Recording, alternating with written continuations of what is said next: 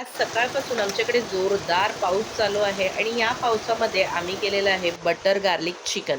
तुम्ही काय केलात मला नक्की कमेंट करून सांगा. तर सर्वप्रथम मी सर्व तयारी करून घेणार आहे. सर्वप्रथम चिकन स्वच्छ धुवून घेतलेलं आहे.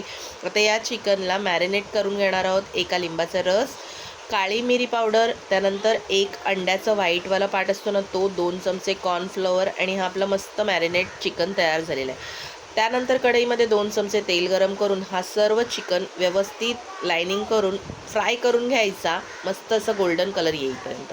त्यानंतर सेम पॅनमध्ये 2 चमचे बटर घालायचं, 2 मोठे चमचे आलं, लसूण आणि मिरची बारीक चिरलेली घालायची, कोथिंबीर घालायची, व्यवस्थित परतून घ्यायची, 1 चमचा कॉर्नफ्लॉवरची स्लरी घालायची, नंतर चिकन घालायचं फ्राय केलेलं, अर्धा चमचा सोया सॉस, चवीनुसार मीठ घालून 2 मिनटं परतून घ्यायचं. वरनं मस्त असे तीळ घालून आपलं मस्त बटर गार्लिक चिकन तयार आहे. कशी वाटली रेसिपी नक्की सांगा.